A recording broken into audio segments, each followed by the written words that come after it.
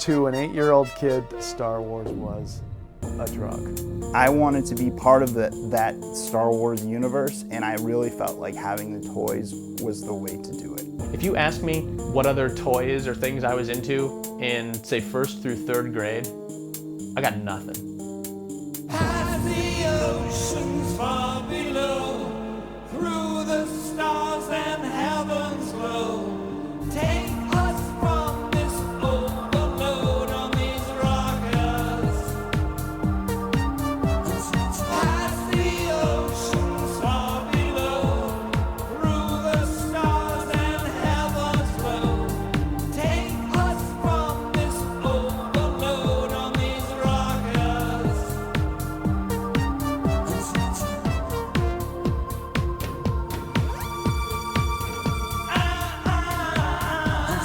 On these rockets.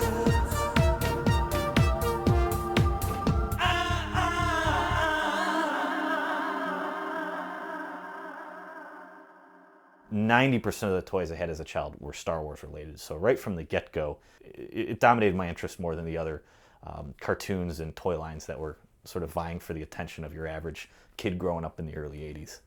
These were something that enabled you to create a world and play in there. There were no toys like that. There was no toy line that I can remember. The universe lent itself to really fantastic and interesting and you know, kind of crazy stories with weird characters and new planets, and I think that really just grabbed onto kids' imagination. Having one of the Star Wars action figures in my hand was about as close to having one of the characters in my room. You know, having 3PO on my table, sitting there with R2-D2 next to him. In the late 70s and early 80s, you weren't going to see the movies over and over. For a lot of kids, the toys, I think, became more important than the movies because they were going to get to play with the toys nearly every day. They were going to get to talk about the toys nearly every day. You know, if you were going over to your friend's house, you almost didn't have to ask, do you want to bring my Star Wars guys? You know, you just showed up with them. Once parents came into a room, what are you doing? We're playing Star Wars. See, Hammerhead, he's from this league. Okay, we'll leave you alone. The parents will not bother you for 2 hours because they knew you were in another universe. We were pretty rough with them. We used to like to build a lot of different forts and bases out of, you know, cardboard boxes and bricks or whatever else we could find to play with. They were sort of the modern, I guess, you know, army guys, you know, setting up the battles. Pew, pew, pew, pew, pew. My rewards tended to be Star Wars related. A decent report card. My dad would take me to the store and let me pick out a Star Wars figure. Christmases, birthdays, there was always some sort of Star Wars toy.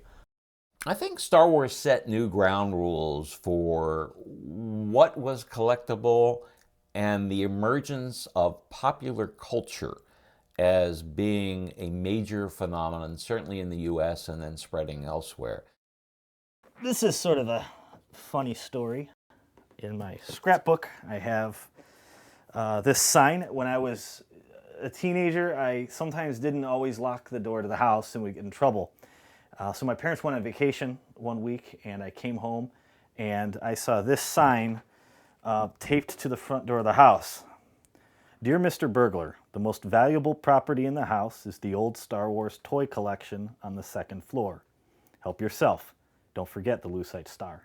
So these are my original loose Star Wars figures. This is most of a set in the case here. A lot of these are from when I was a kid, the same figures I played with. Actually, I have 2 loose sets. I always had mine that I kept and you know, rearmed and kind of finished out as I got more seriously into collecting. And then a few years ago, I got a box in the mail from my brother. He actually sent me a Darth Vader case full of his figures from when he was a kid. You know, I have one set to pass down to my older son and one set to pass down to my younger son.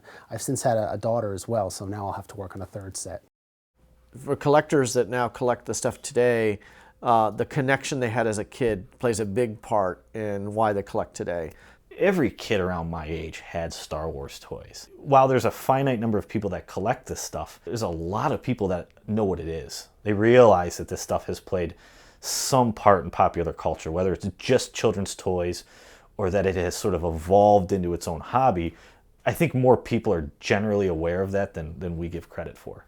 I don't think our connection with vintage Star Wars toys is much different than if you had gone to your dad, 25 years ago and had in him a stack of baseball cards from the 50s or 60s. The fact that these particular toys are tied to something bigger, I think that's a big part of where their staying power comes from. Star Wars revolutionized so many things. The lived-in universe that Lucas created, taking the epic hero and villain story and placing that in the context of another universe. It changed film, it changed the toy industry forever. If you read books on the toy industry, they almost always will have a chapter that talks about Star Wars. It was a profound change to the toy industry. To the best of our estimates, and there are no solid numbers on this, Kenner sold 750 million action figures. Just wrap your head around that. That's a lot of toys.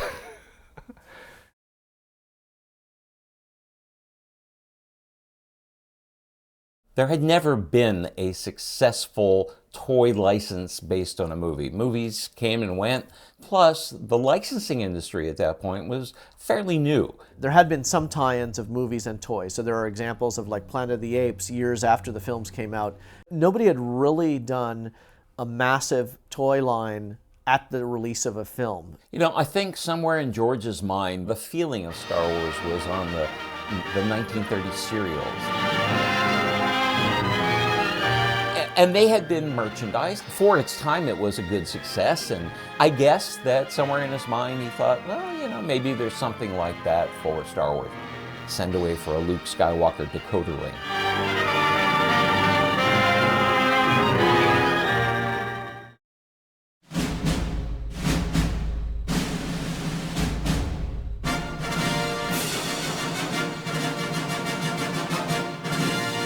So Lucasfilm and Fox, they sent out information and a solicitation to all of the major toy companies in the US, and that included Mattel and Hasbro. They decided, by the time we would get the toys out, nobody's even going to remember this movie. And so they all passed. But there was this second-tier toy company in Cincinnati called Kenner Products. They were known for making toys that kind of mimicked real-world experiences. So the Easy Bake Oven was like a toy oven that girls could mimic what their moms did with a real oven. They made a toy that was like a miniature cow and you could milk it. They made a goat that you could feed things to. They became associated with Play-Doh, activity-type toys. Here we are on Kenner Street, where the company got its name. So in 1947, when the company originally got started out, it was a spin-off of a soap company, Cincinnati Soap. The soap company, like any other company, was looking for a way to get people to use more and more of their products and to differentiate from somebody else. And they came up with the idea for a gun that shot bubbles. Procter & Gamble at that time was really wanting to get into consumer home goods. So they bought Cincinnati Soap, and the guys from Cincinnati Soap called up and said, well, what about the bubble gun? Did you buy the rights to that? And P&G was like, no interest in that. And they said, well, do you mind if we run with it? And Kenner Toys was on its way. Colonel Steve Austin, the $6 Million Man, and the new Bionic Transport and Repair Station. Kenner had had a lot of success with the $6 Million Man, and that started to get them thinking about doing other properties. So I'm sure that's what Kenner saw in Star Wars partially, and that's probably what Lucasfilm saw in Kenner, that they had successfully done this with the $6 Million Man. Bionic Eye, A-OK. $6 Million Man, ready for action. It came into the office as a script and a series of black and white photographs. Different locales, there were different vehicles, there were different characters waiting to be turned into a toy.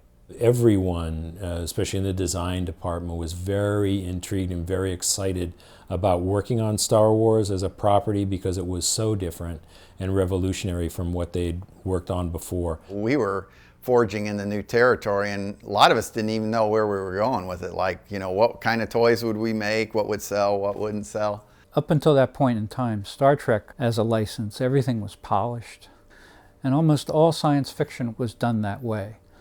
When it came to Star Wars, all of a sudden we've had weathered effects on things, and I thought that was neat. And then to put a brand new form under that kind of treatment and then sell it as a product would be really, really nice. Bernie Loomis, who was then the president of Kenner and became very well known in the toy business, said, I thought it had a toyetic appeal. It would make an interesting line of toys. And they literally signed the contract a month before the movie came out, in April of 1977. Bernie Loomis called me into his office and he said, I want you to take your staff to a movie this weekend. And I said, Bernie, it's a holiday weekend. And he says, so what? We just bought the rights to this movie. I want your staff to see this. He didn't tell me anything about the movie. He didn't tell me what the name of the movie was. At least they paid for the tickets. They took the whole department, all of the development people over, they rented a movie theater, and we all hauled in cameras in there so we could take pictures of the screens, looking for all the elements in that movie that we could create into toys. And George Lucas bring you an adventure. Everybody was just blown away at the number of machines and all the fighters and the robots.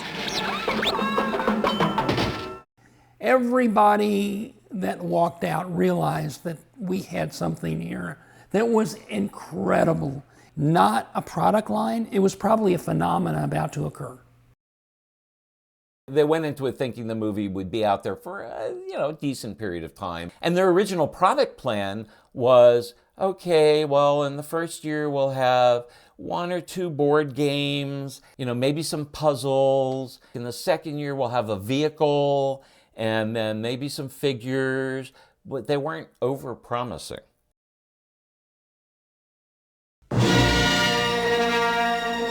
Star Wars came out in May 1977. By mid-late summer, it was just this amazing blockbuster success. Everything was about Star Wars. Everybody wanted to know about Star Wars. The marketing and merchandising plan at Kenner changed overnight. How much can we have and how fast can we have it? You had to have something by Christmas of 1977, or you were dead. It's May. We need product out for Christmas, which means you have to have it in the store by August. I realized that there wasn't enough time to make this work.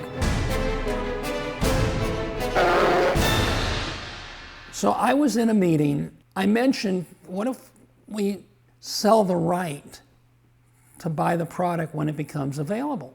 R2-D2, Chewbacca, Luke, and Princess Leia. They're the Star Wars Early Bird set of figures. These action figures are not yet available, but this Star Wars Early Bird certificate package is in stores with this colorful Star Wars picture display stand and certificate to send in to get a set of figures by mail. They'll be sent to you at home between February 1st and June 1st. The Star Wars Early Bird certificate package, new from Kenner. So this is what you'd see probably on a counter advertising the early bird certificate package. And if you were a lucky kid, the parent would pull out an envelope and buy it for you for Christmas. This is the display stand portion of what would be inside of the early bird envelope. It was just a cool looking piece of cardboard until you got the figures to put them on there. And you can see I put the figures on there. That's how it would look once you got them in the stores. It sounds really lame today. You hear it and you go, well, oh my God, you just gave these kids like a slab of cardboard. People pretty much shook their head going, how are they going to do that? How are you going to pull that off?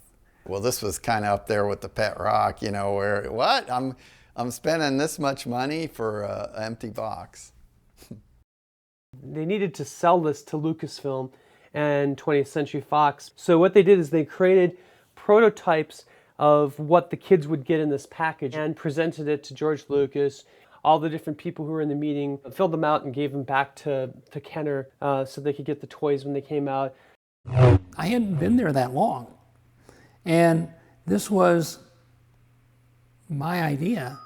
And even though it might have been embraced by some of the top people, it didn't necessarily mean that they were going to embrace it if it didn't work.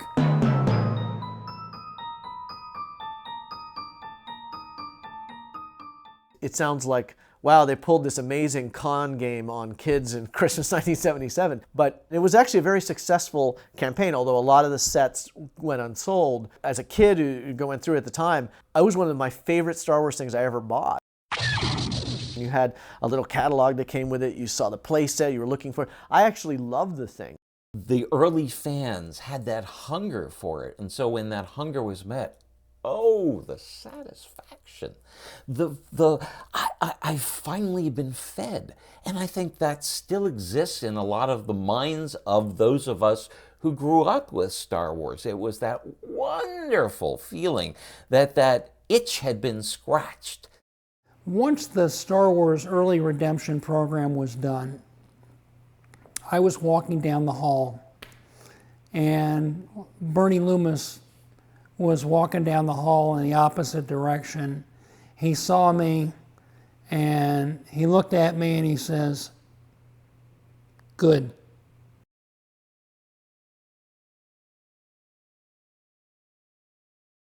Behind me is the Kroger building. This was the headquarters when Kenner Toys was making the Star Wars license.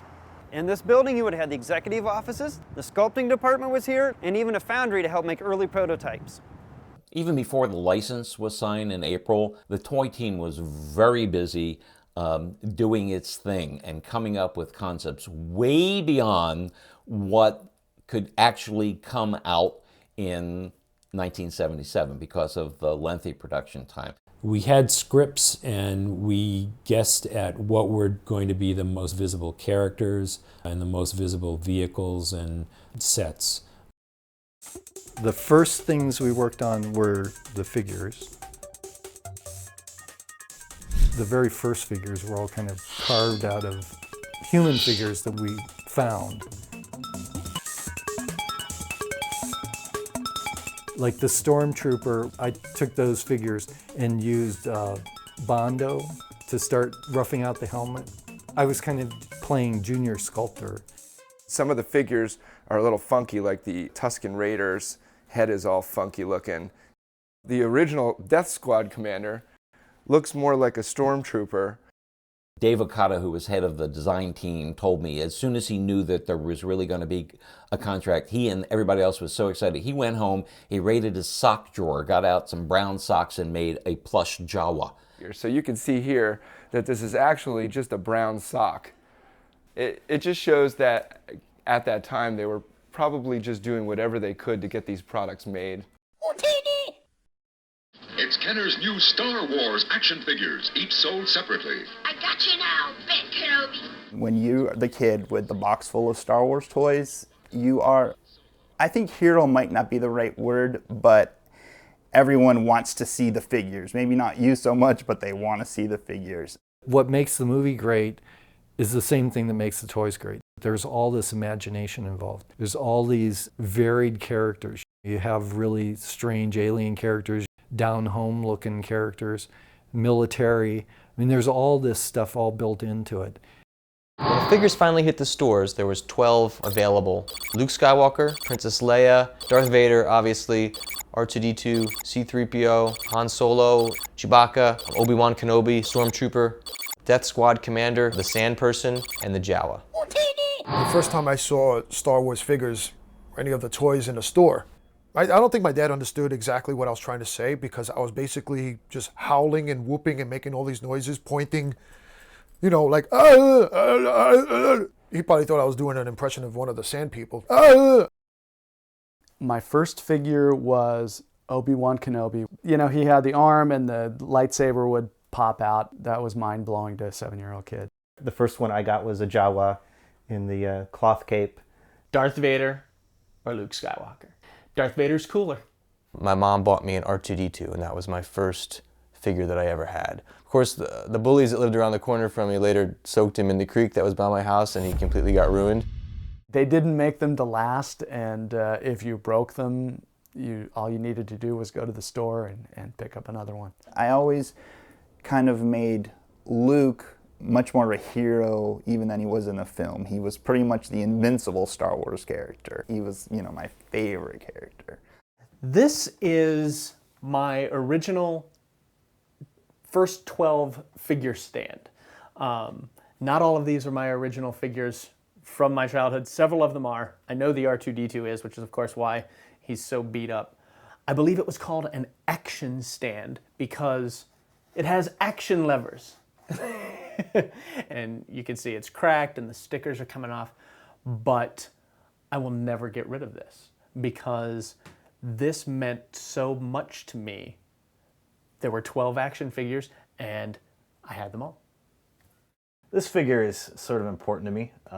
When I was 5 or 6 years old, I lost one of my teeth, and I told my parents that I hoped the Tooth Fairy would bring me a Star Wars figure. And I remember waking up in the middle of the night and reaching under my pillow and sort of feeling the bubble of the carded figure, trying to figure out which figure I received. I probably should have just pulled it out from underneath my pillow and held it up to the moonlight and saw, but I was afraid at some 5-year-old level that the thing would disappear or turn to dust if I got an early peek at it. So I laid there all night till the morning and then pulled it out and got FX7. My most favorite thing to do with my Star Wars figures as a kid was to take Han Solo and put him in a cup of water and put him in the freezer overnight, because then the next morning you would have Han Solo frozen in his block of ice and you could play with that for a while. The room wasn't just a room. It became the environment like I saw in the movie. So I pretend the top of my desk was the floor of the Death Star. Or take one of my mom's tan blankets, throw it on the table. Now it's the environment of Tatooine. That's when I realized I need more characters here because I can't do the rest of this movie on my own without more figures around. So I need Jawas, I need sand people.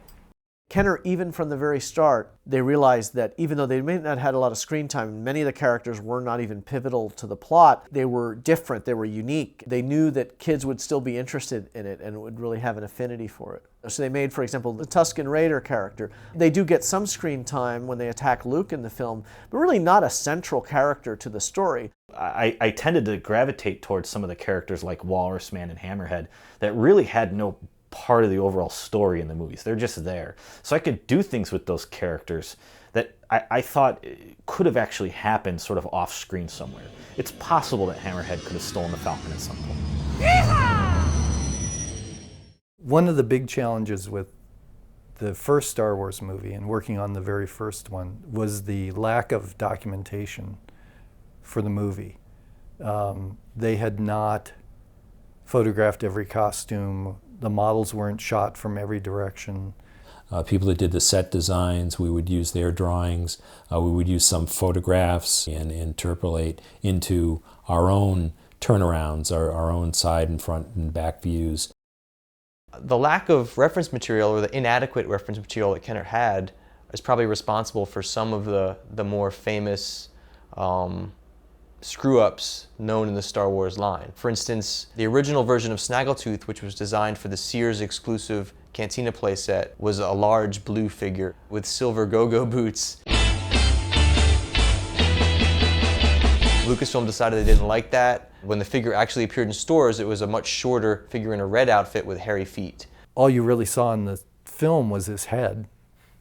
So how big he was kind of up to conjecture. When Lucasfilm got more in the business with Kenner and everything became integrated, they would actually send props out to Kenner and they had to be kept in a locked cage.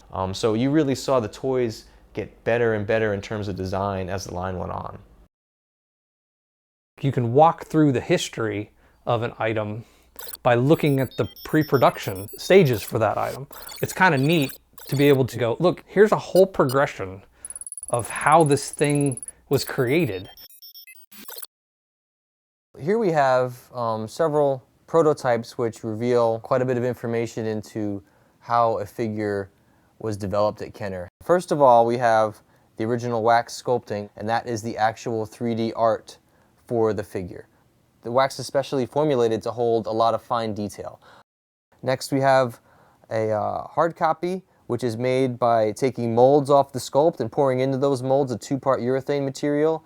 Often some of those hard copy figures will be painted so that the designers at Kenner can use them in photography or to test different paint schemes. The actual production figures, which you see an early example of here, are made by sending a hard copy figure over to the Orient where they make a tooling master that's used to cut the final steel tools that are made to make thousands of these things. One of the challenges was lightsaber. We were trying to figure out how do you make a lightsaber happen without electronics, because we didn't have anything that small. I was a big proponent of the spring-loaded device that would allow it to pop out. Unfortunately, our friends in the cost department would not allow us to spend 3 cents on a spring, and it was a more difficult product to manufacture. I had the model shop put a monofilament down the arm of the figure, and it would come out through the hand, and curl up into a nice curlicue. And ultimately, you know, zzz, that was it. Now I know the Force is with us. The regular Luke had a lightsaber in the arm that slid out one time. The earliest versions had one that slid out and then telescoped out a second time. So the early bird set is known for having that early bird Luke that has the double telescoping lightsaber. These are all 4-inch Darth Vader prototypes. What's notable about a lot of these are, of course, the double telescoping sabers. This particular example is a prototype stage of that. At the very tip is what we call the mushroom tip, because it has a small disc, and the idea was that it would give the person that was manipulating the inner saber, you know, something to grab onto to help extend it.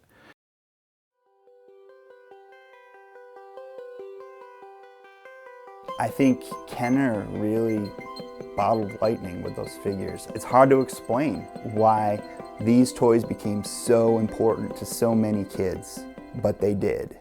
The card backs to me were as neat as the figures, even as a child. Not only did you get the figure, but you got this big color image of that character in the movie. That was sort of part of the toy. When I was a kid, I don't think finding a beat-up card would have been acceptable to me, because you want to rip through a fresh card. You want to rip through a fresh card. I nowadays look for figures that are in the best condition. I wanted to be reminded of actually seeing these figures for the first time at the toy store. This is a early conceptual sketch, kind of the rough out ideas for the Star Wars packaging. You see at the top has the pyramidal logo, which you see in some early Star Wars products that kind of looks like it's Star Wars fading into the background. Some commentary about the racetrack piping around the figure, which did make its way into the final product. You'll see also that there's a star behind the figure rather than a rectangle, a colored rectangle. Obviously, as things moved along in the design process, you got more to the traditional look. The distinctive double silver piping is around the side, the distinctive logo. That's not the pyramidal logo anymore. Here it looks though like they're using the Hildebrandt Luke and Leia rather than as a small design element as the main card art. It looks like this is like an idea for a unified card art across the whole line, whereas the final figures would have had, if it was a Darth Vader figure, you know, has a picture of Darth Vader. Kenner, unlike any other toy line, put at the back of the package, collect all 77 or 65 or 92. And really no other toy lines, even though I was into lots of other toys, were really like that. You know, they continued to build on the back of those packages this idea that you could get them all. You could kind of see where that would come from. Like, hey, we have a line here where you're not going to want your favorite character, you're going to want every character. It was like egging you on. The back of the card back says, you know, collect all 92. It doesn't ask you to, it tells you to. You get kind of this anxiety if you don't have them all. And that stayed with me all through my childhood, collecting these things, you know. I can remember that's how kids used to keep track. You'd keep a spare card back around your house. All the action figures were pictured on the back. And when you got one, you'd X it off. I would construct lists of ones I wanted. I actually construct lists of ones I didn't want. So, you know, if I sent my dad to the store for an IG-88, he better not come home with, you know, a Bespin guard or a Lobot or one of those poor guys. I remember, you know, sitting in the toy aisle with my brother, looking over the back of the cards, looking for figures that, did they have them yet? Return of the Jedi, they had a few blacked out, the Ewoks, so you wouldn't know what they would look like. And sitting there and thinking, you know, what was this about, and who are these, and why were they blacked out? They must be really special. We didn't know any better. Really, people didn't collect toys back then, but they were actually creating this whole culture of kids trying to collect all those toys. The collect-all philosophy is, I think, a pretty important idea behind the early success of the toys. Not that they wouldn't have been successful anyway, but I think most kids at that time definitely remember that whole call to collect all of these figures. It is pretty insidious when you think about it, but you know, it was fun and it was a fun sort of insidious. Now you can get this new 4LOM action figure free for 5 proofs of purchase from any Star Wars action figures. Details on specially marked packages at participating stores. You know, every year they'd have a different mail-away figure just about, and you'd have to collect the proof of purchase from the back of the blister card. So you'd have to cut it out, and you'd need, you know, 5 proofs of purchase or whatever it was to get Admiral Akbar or Anakin Skywalker. When you went to the toy store, you could look and see all the action figures. You could look and see the spaceships. This wasn't something that you could buy in a store, so it was a new Star Wars thing. A lot of times they do it as a carrot to get you about a new upcoming film, a new secret character. They would try to kind of keep it mysterious and keep the mystique of the new character there. And now Boba Fett, Star Wars villain with his laser rifle. Boba Fett is not yet available in stores, but you can get him free with 4 proofs of purchase from any Star Wars action figures. Kenner in late 1978 began advertising its first action figure mail-away offer for Boba Fett. And in those illustrations and photography they showed for this offer, Boba Fett had a rocket-firing backpack. When we were kids, we saw the rocket-firing Boba Fett on the back of the cards, and we were totally expecting to get this figure. And when it came, it wasn't what we thought it was. Kenner had looked at this rocket-firing mechanism and found that it was a huge safety hazard. They were never shipped to kids. But before the toy went into production, Kenner had made some prototypes of it. So the one on the left is what they call the L-slot version of rocket-firing Boba Fett. There's a cavity that's the shape of a backwards L, where the slider would go down and then to the left, lock in, and then release a rocket. Well, the problem with this thing was that because it was this L-shaped, it'd be easy to kind of knock the tab and have the rocket accidentally fire. They then updated this to the J slot, rocket firing Boba Fett, and you can see the slot is the shape of a J, and it would hook around this J, but the little piece at the bottom could break off very easily. There are a few other styles and differences that have turned up over the years, not very many, of course these are extremely rare, but those are the major design considerations they had. Kids never got this toy. There are countless stories of people who remember getting a rocket-firing Boba Fett, but that never happened. They were never shipped to kids.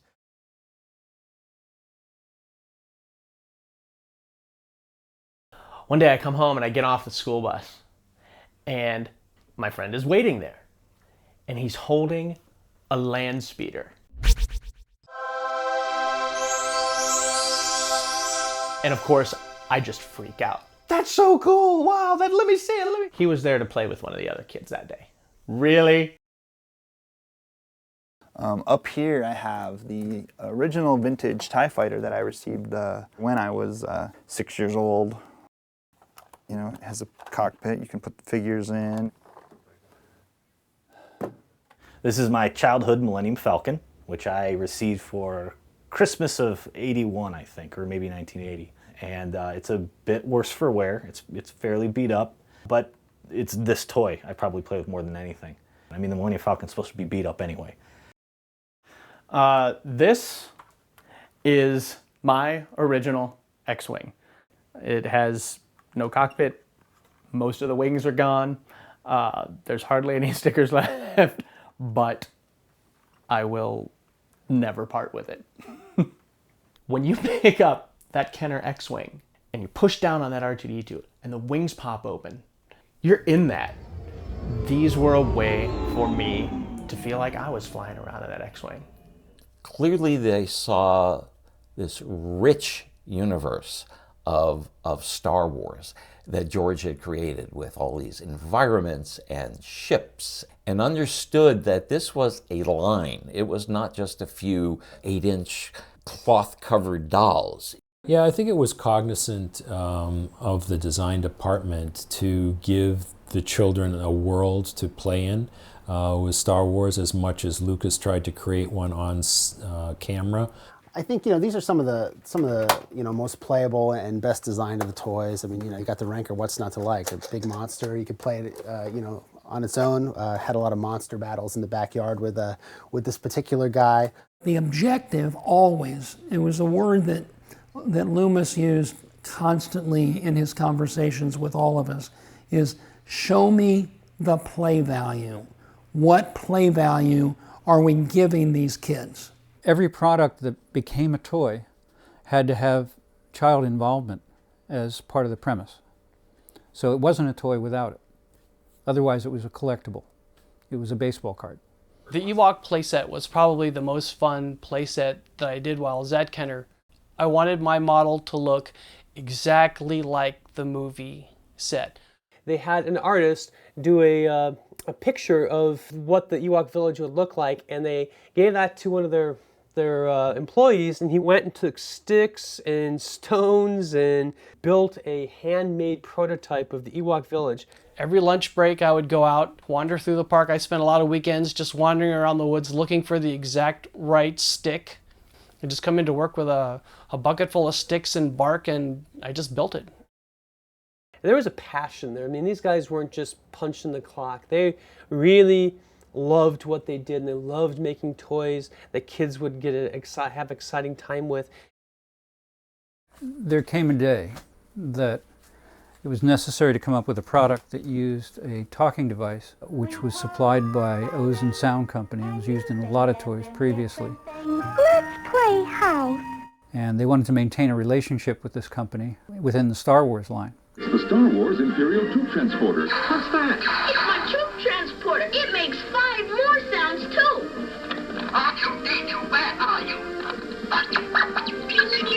Some of the ideas that were bounced are here. This was sort of like a mono wheel. Not very possible in a toy, though probably great for film. And here we have a Boba Fettish sort of guy riding a funny-looking motorcycle. A little further along, we got to a point where there was a troop transport with maybe some guards on it. Well, the double-pointed version it came about because I wanted to have a prisoner or a droid in the center. And in this case, we went to making a black R2-D2 to be the bad droid that worked for the Imperial guys.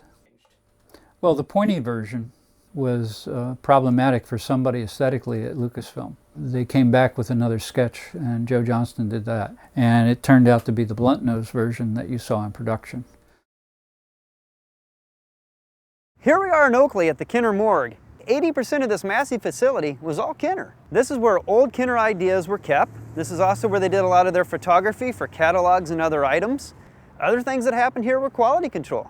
A lot of choke hazards were handled here. They also had a giant sandbox that you could throw toys in to see how they do in the sand.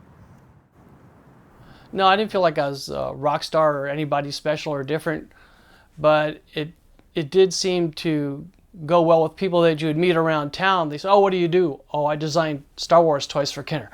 "Oh, that must be a cool job." "Yes, it is."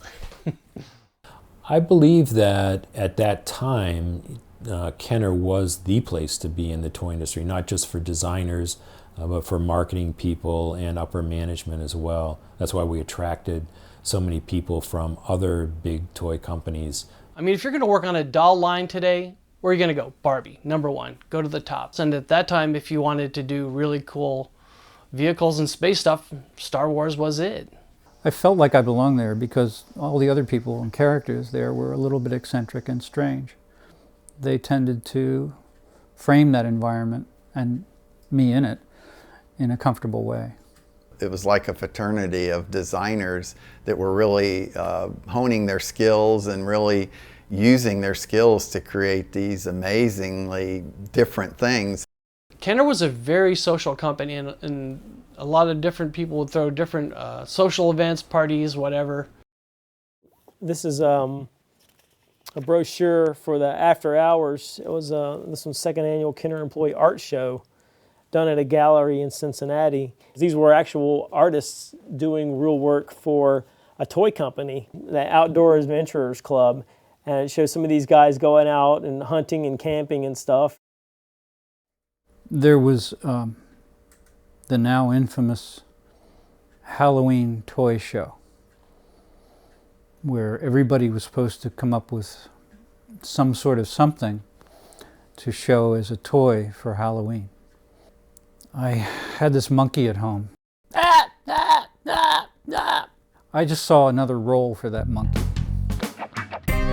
The Flasher Monkey. It was a great toy. Really great. Da-dum-dum. Well, it's a toy company. You're supposed to have fun. I mean, that was pretty much my attitude. I'm designing the coolest toys in the universe, and my job's the best one in the world, so what's not to like about that? One of the things that I admired about Bernie Loomis is that Bernie had an understanding that when you have creative people, you got to give them an outlet for it. You can't just tell them what to do and go design this. I'm thinking about one particular idea I had when I got there. It was called an R2-D2 choo-choo. Taking an R2-D2, a little 3 1/4 or whatever it was, bending him over and having a removable head on the next one and shoving it into the bottom of that one, and on and on and on, so that you could have a choo-choo of R2-D2. It died, but nonetheless, it was worth it for the day or half a day or whatever I put into it to explore it, because the license was there, there was money to be made. We developed these individual items. We would do renderings and concepts, images of them, and then those items would be taken to marketing, and if it looked like a item that would sell well in the market and all that, we would go ahead and develop that. Every week there were design review meetings. They were very stressful for the people who were presenting. There'd be Bernie Loomis, the president, and probably 4 or 5 other people from different departments in marketing that would be looking at all the products being presented. And there'd be multiple presenters. So this is an example of one of the ideas that I submitted. It's about 3 foot long, and it was a blow molded chair that little kids could sit in. It had a little projector box inside of it that could scroll through some Star Wars images, and then it had a light on the front of it so that you could project images on the wall and then shoot at those images on the wall with the little LED laser light. They were close to picking this up, but it required a very large tool and blow molding. I still think it was a great idea, but it didn't make it. Bernie was a very hard critic. He would chew you out if he didn't like what you did in front of everybody, or he would say, I think that's a good idea, carry my golf clubs. So they were considering this for the vehicle line, first in '83 and then again in '85. So you can see it's got a number of features, a gun on top here that turns, there's an escape pod that would eject, and the canopy that opens and closes. Okay, so this is a folder of some concept designs. These are all dated 1979. So an interesting one here is a little module you'd put onto your bike handlebars, and another little one that had go over near the handle that you could punch a button and make a laser sound or an ignition sound of your bike, and a little targeting computer screen. Here we've got a Darth Vader pencil sharpener where you'd put the pencil in Darth Vader's nose to sharpen your pencil. Here's a R2-D2 telephone. And here's finally is a R2-D2 gumball machine. If it wasn't in the film, it was not prohibited, but it wasn't necessarily an encouraged thing. The Droid Factory came about, I think, just from sketching robots, and then realizing that there were no parts to customize the robots that were there. You can see these guys. They all had a Star Wars aesthetic. And everybody said, well, it's not in the movie. Well, so what? I used these sketches basically as a starting point. I came up with a tripod droid. This guy was just a little idiot walking around looking like a mouse, sort of. This one was a roll-around quickie, tiny droid. This guy was walking droid like silent running droids would be. Other ones would have maybe clamps, like this one, for instance. I saw it having maybe an over-center clamp where it would just snap onto whatever you put it around. And this is another just roll-around thing, probably analogous to this one with wheels. I was just like drawing droid.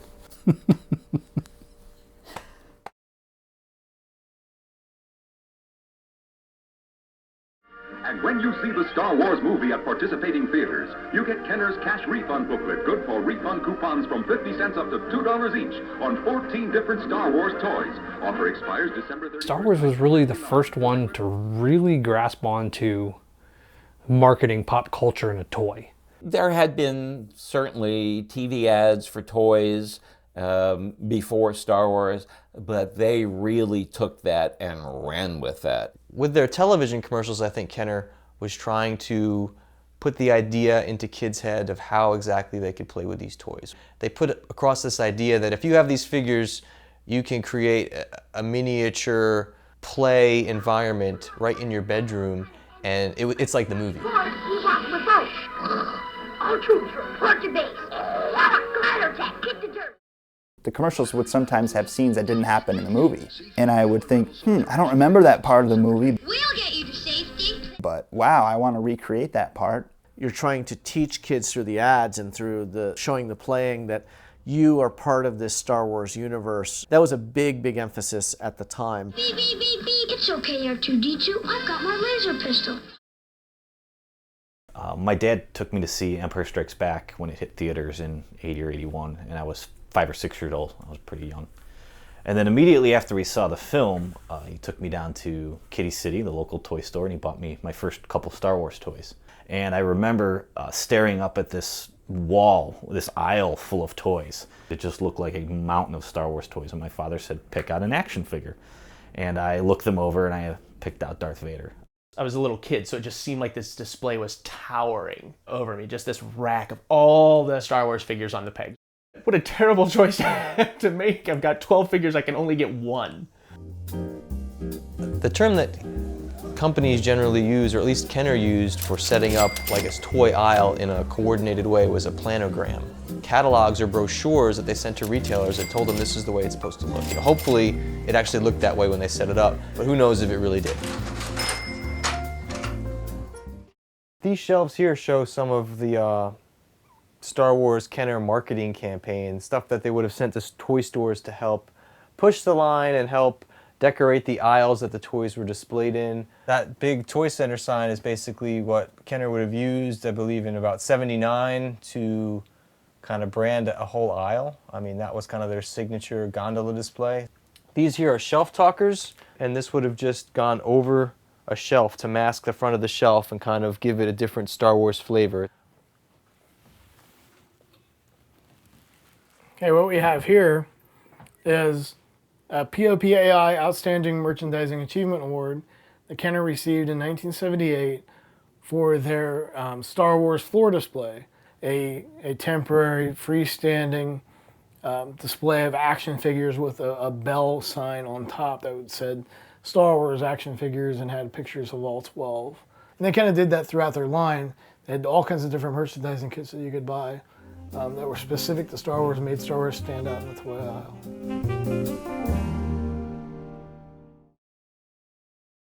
Roy Frankenfield, to my knowledge, was the first Star Wars photographer because he'd been doing it from the very beginning. I took over for him in 1981, basically doing almost all of the shooting of Star Wars, if not all of it, and never looked back.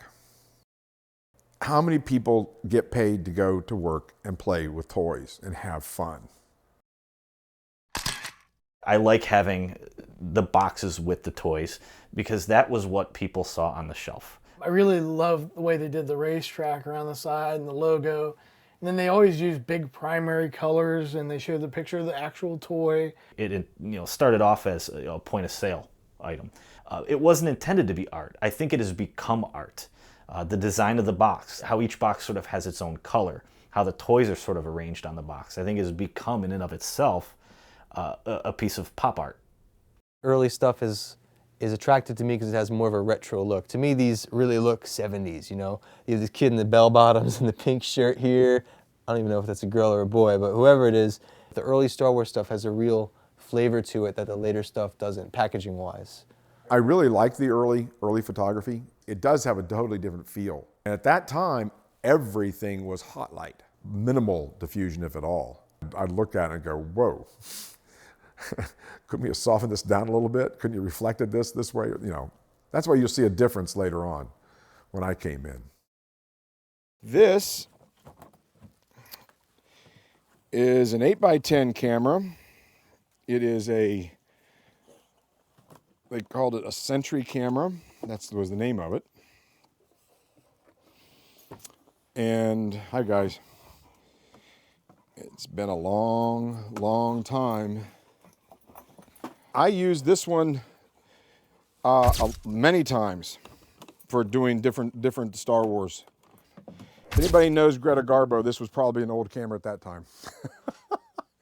It's always the toy, you know, sitting in a jungle with 4 or 5 characters around it that aren't included in that toy. But it's instantly creating that, look, here's a story you can create if you buy this toy. You're selling to kids more than you are to adults. The idea of showing a toy in an action environment appeals. It makes sense.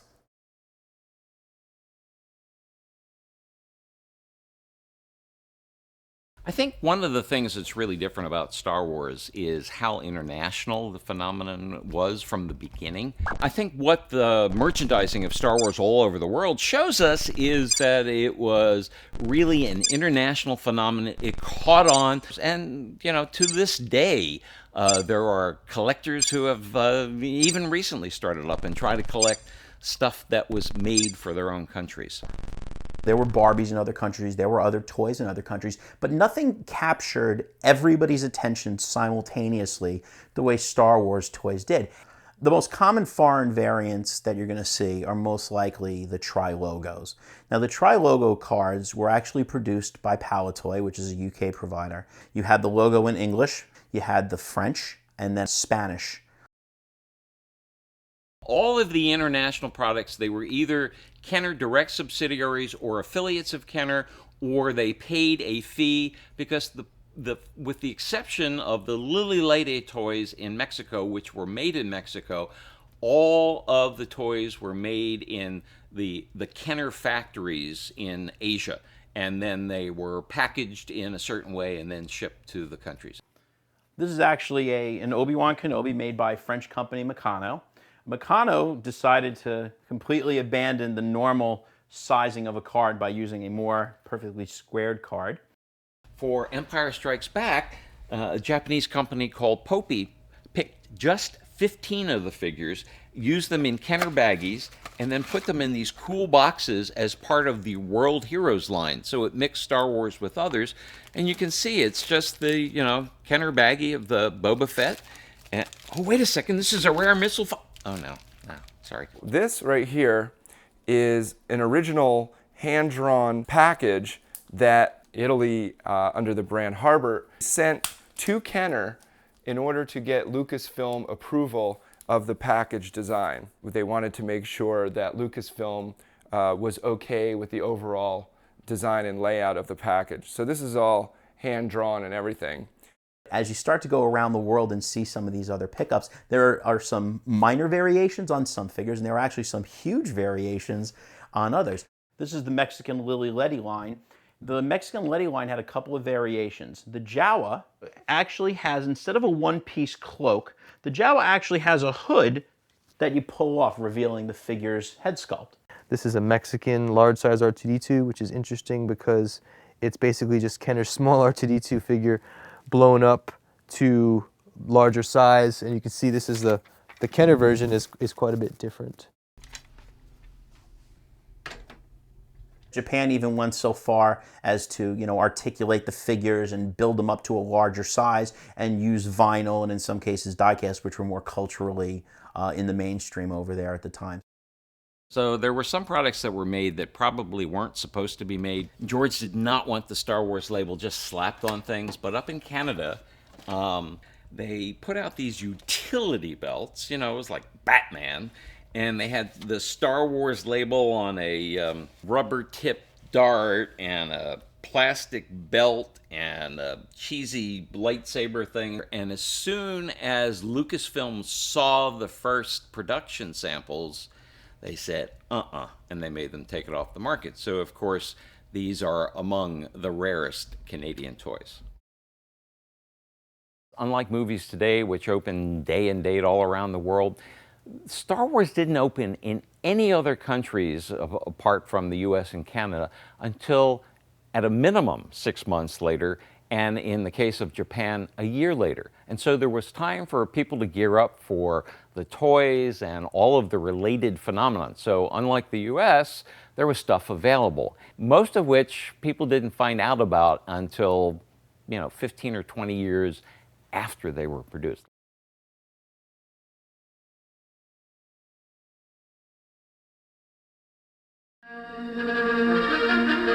Star Wars. The impact is staggering. Never in the history of motion pictures has one film been so popular. But the craze did not stop at the box office. In 1977, Kenner launched the Star Wars collection with a massive advertising blitz. And thanks to your efforts and faith in the Force, the response has shot sales right off the ground. I think they were totally unprepared for the magnitude of the success and how sudden it hit them and how rapidly they had to convert from a sort of small-time toy company to one of the major players. For Empire, they were a little more prepared. They had the figures ready, actually even before the film was out, but they were still fairly conservative. No one had bet on a sequel before. People were like, well, I'm not sure about this. The Force is back. The rebels won't tire till they see the last of the Empire, and Kenner's there with Star Wars Return of the Jedi collection. Return of the Jedi, they were ready. They had a massive lineup of action figures, lots of vehicles, lots of toys planned. Even if it was a horrible film, they knew it was going to do very well. But really it took them even till about 83 to really build up the momentum. No one knew what they were doing yet. It was the first time this had been done. Star Wars unfortunately set off an unfortunate chain of dominoes where Kenner went from this little charming toy company to like this big kind of entertainment related company that had a corporate face to it and was kind of less fun, I guess. It became less fun. Star Wars had an enormous impact on not just the bottom line, but the culture per se. 8 to 10 hours a day. We were asked to come in on Saturdays for a while to work on especially Star Wars.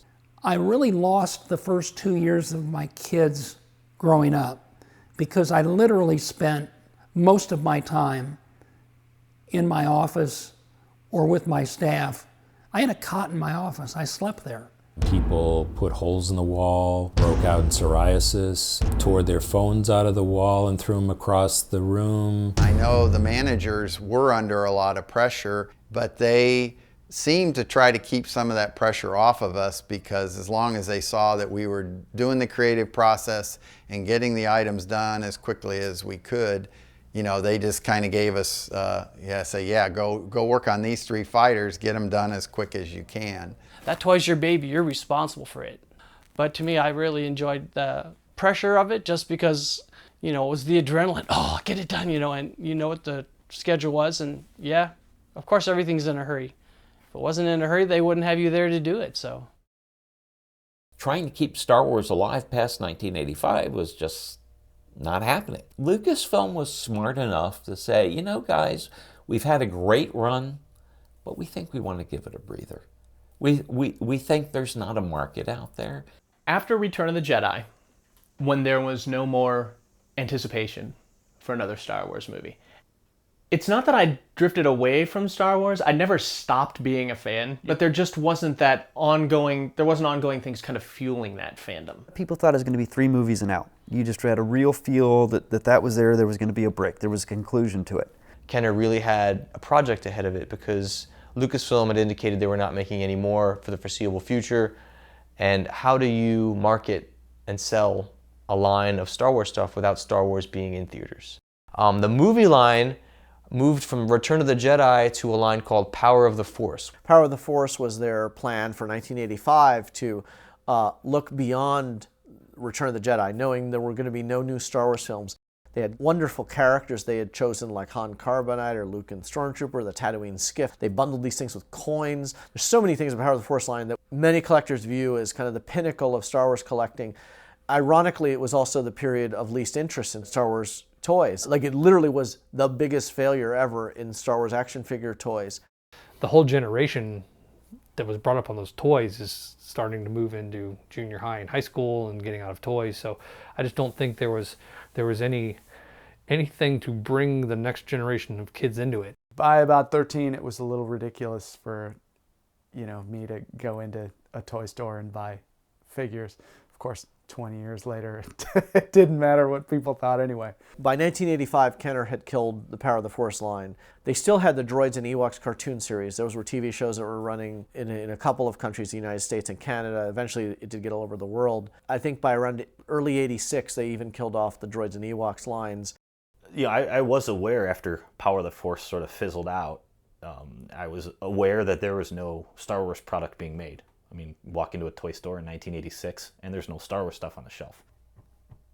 You know, I don't think you can sell the public anything that it doesn't want to buy.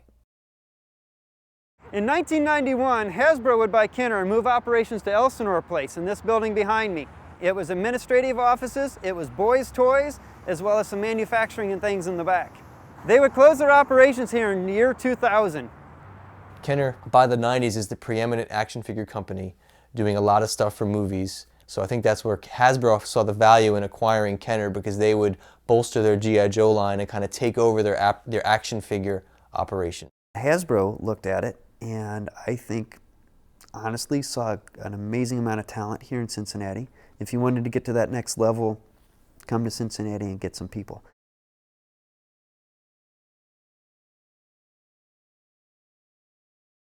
You know, it really wasn't until 1994 when the first really major line of Star Wars toys came back, and they were those execrable Bendums. The Bendums were a runaway success, and those were terrible action figures. So you could imagine people thinking like, man, if we made actually good action figures, this thing could do really well. By then, vintage Star Wars collecting had come in full force. People were digging up the old action figures at toy shows. Kenner was obviously aware of this, that there's this huge opportunity. People are paying a lot for the old ones. Why don't we make new ones? Hasbro decided to release new versions of the classic Star Wars characters. The figures were based off production figures back in the day. I remember in my hometown, the Toys R Us had them and sold out of them within like 3 days. With the success of kind of that put your toe in the pool, they decided to go full force into the deep end with Star Wars. These 3 shelves are my Power of the Force 2 shelves. And Power of the Force 2 was the first line that Kenner, owned by Hasbro at the time, reintroduced in '95 to bring the figures back. The Power of the Force from Kenner. The biggest, most realistic force in the universe. Only the Power of the Force brings you the biggest heroes and villains straight from the movies. Hasbro went on to make that into one of the big action figure lines ever, you know, Star Wars Part 2. Well, once people got over the excitement that new Star Wars figures were out, they soon began to really have kind of a disdain for them because they were so overly muscular and did not really resemble the characters in the film. A lot of people at the time called this Han Solo flex because he was so overly muscular. They wanted to do something different, and particularly the sculptors, some of them wanted to be artistically create these different likenesses that weren't necessarily the screen likenesses. They were trying to create this kind of other look. While I know a lot of collectors can't stand them, I have a special appreciation for them. I just think they're fun, and I continue to think they're fun, and I will always display them. Now, for its 20th anniversary, the adventure of a lifetime returns to the big screen. The special editions came out in '97, which kind of amped it up to an extra notch, and that's when I think it really hit the mainstream that Star Wars was still a cultural force or pop cultural force. As much as the older generation didn't really care for the prequels much, those movies brought in a whole new generation of collectors coming up behind me. As the head of one of the smaller toy companies once said to me, the Star Wars generation passed on the gene, the Star Wars gene, to the next generation. And now we're seeing 3 generations of Star Wars fans, and they all love the Star Wars toys and stuff. It's amazing to see. I think it's going to last a long, long time. The compelling thing about these toys is the fact that it can take you back to that time. I think that's the coolest thing about it. When you had a Star Wars toy, there were no limits. And when you look at them now, even through older and different eyes, you can still trigger some of those feelings and that adrenaline and that kind of wonder. Star Wars was not just another toy that you had as a kid. It changed everything. It changed film, it changed toy. It hit people on a level that's unparalleled. I still care about these toys 20 years after I started collecting them for the same reasons that I enjoyed them in the first place. I like Star Wars. The sense of nostalgia that I get from owning these hasn't diminished at all, and I still get a thrill out of them. You know, I knew it was something popular and everything else, but I think when it came to a point that 15 or 20 years later, some kid found out that I worked on Star Wars, that's when it came home. Certainly Star Wars has had the longevity and that it's still being enjoyed at this point is one of the things that make you feel really good about your career as a toy designer. It is really satisfying to me to know that I was a part of something that had an impact on a whole generation of children, and they're still enjoying it today. My time at Kenner, those 4 years are probably the most fun I had in the toy business. Looking back, I had such a great time doing it that I wouldn't change anything. Add it all up, you say to yourself, I was there. I was a part of that. It was something bigger than me.